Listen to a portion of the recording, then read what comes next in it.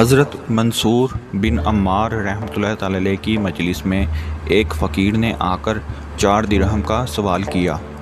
آپ نے فرمایا، جو شخص تجھے 4 درہم دے گا میں اس کے حق میں 4 دعائیں کروں گا۔ اس وقت ایک غلام وہاں سے گزر رہا تھا۔ اس نے حضرت منصور بن عمار رحمۃ اللہ تعالی علیہ کی یہ بات سن لی۔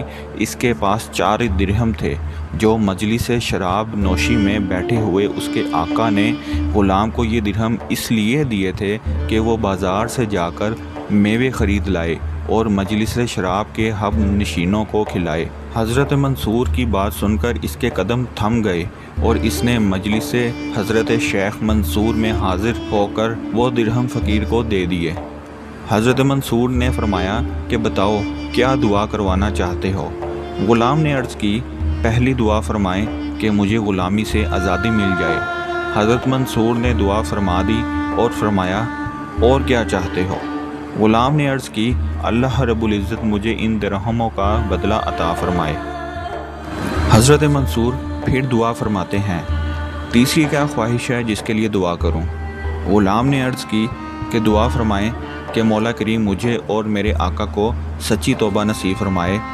حضرت منصور پھر دعا کے لیے ہاتھ اٹھا کر دعا کرتے ہیں، اب تمہارے لیے چوتھی دعا کیا کرنی چاہیے؟ غلام نے کہا، حضور اب یہ دعا فرما دیں کہ اللہ رب العزت مجھے، میرے آقا، آپ کو اور تمام حاضرین مجلس کی بخشش فرما دے۔ حضرت منصور رحمۃ اللہ تعالی علیہ نے بارگاہ رب العزت میں پھر ہاتھ اٹھائے اور غلام کی خواہش کے مطابق دعا فرما دی۔ اس کے بعد غلام اپنے آقا کے پاس پہنچا تو اس نے تاخیر کا سبب پوچھا۔ غلام نے سارا واقعہ ذکر کیا۔ آقا نے کہا، بتاؤ تم نے شیخ حضرت سے کیا 4 دعائیں کروائیں؟ غلام، میرے آقا میں نے ایک دعا تو یہ کروائی کہ غلامی سے آزاد ہو جاؤں۔ آقا، چلو میں نے تمہیں اپنی غلامی سے آزاد کیا۔ غلام، دوسری یہ کہ اللہ تعالیٰ مجھے ان درہموں کا بدل عطا فرمائے۔ آقا، میں نے تمہیں 4 درہموں کی بجائے 4000 درہم دیے۔ غلام، تیسری یہ کہ رب تعالیٰ مجھے اور آپ کو سچی توبہ نصیب فرمائے۔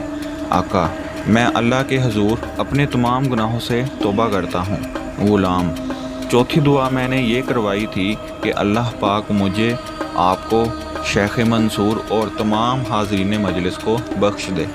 آقا، یہ چیز تو میرے اختیار میں نہیں ہے۔